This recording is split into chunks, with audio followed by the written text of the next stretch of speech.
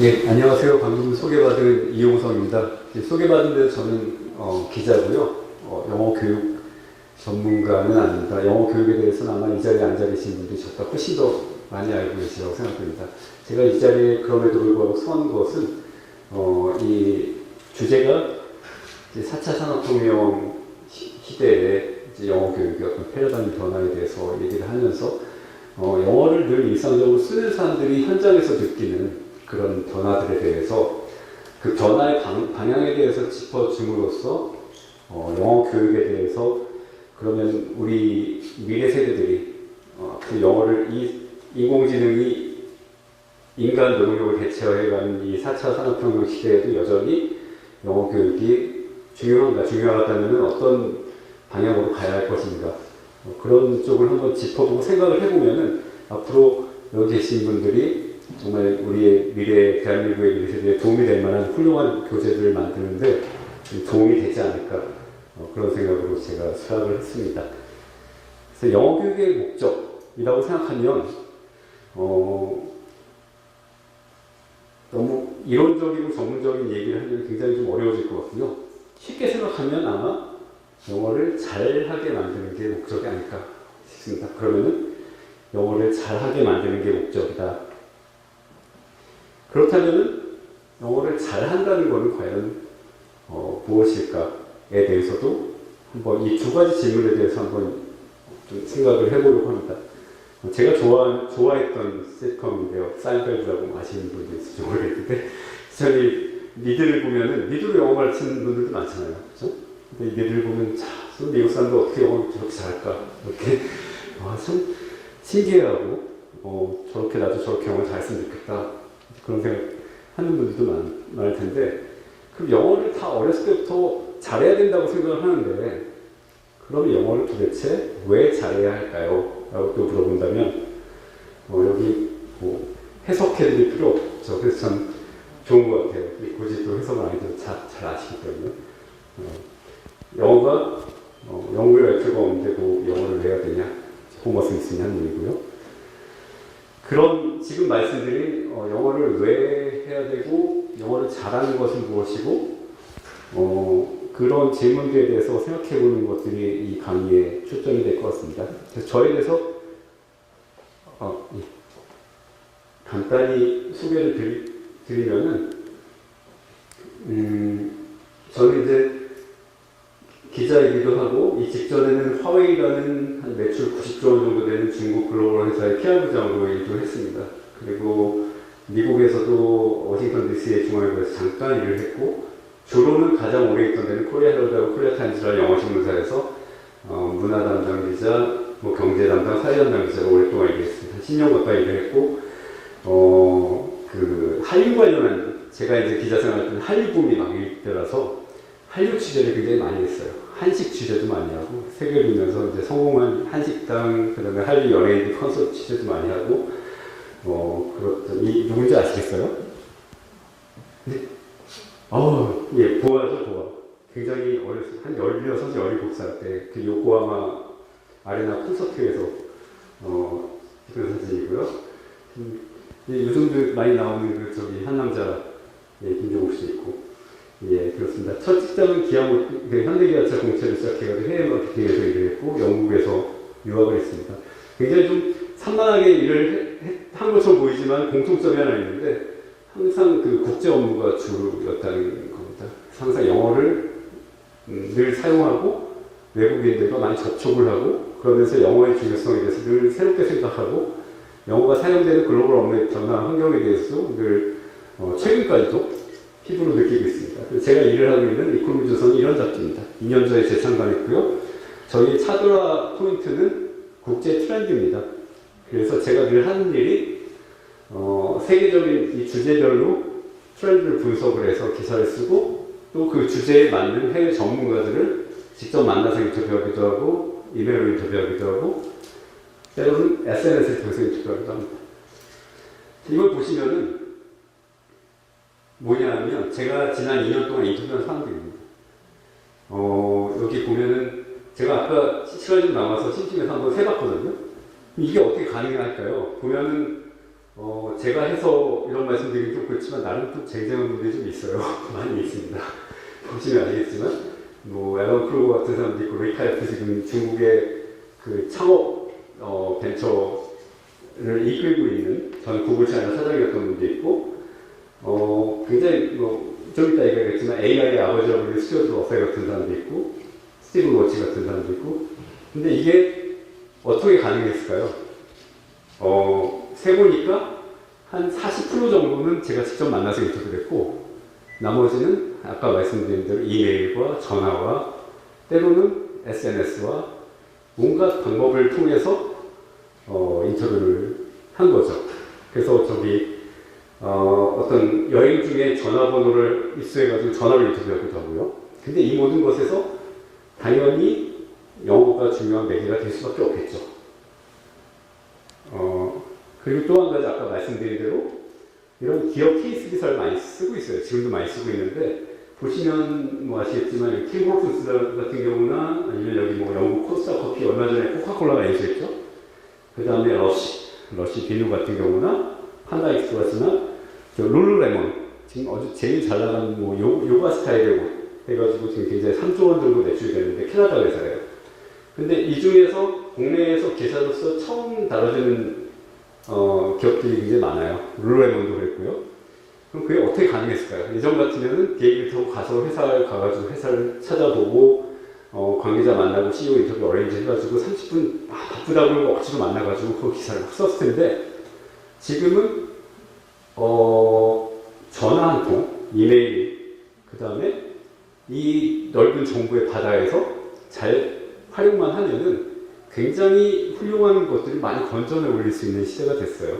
그거를 활용할 수 있느냐 없느냐의 관건 역시 영어일 수밖에 없는 시대입니다. 그래서 정보는 제가 이렇게 할 수 있었던 이유는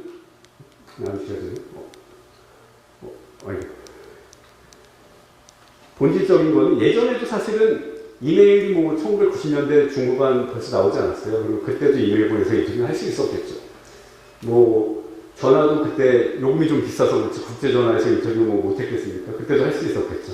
근데 가장 중요한 변화는 그것보다 거꾸로 가네요. 그것보다 정보가 굉장히 많아졌다는 거죠.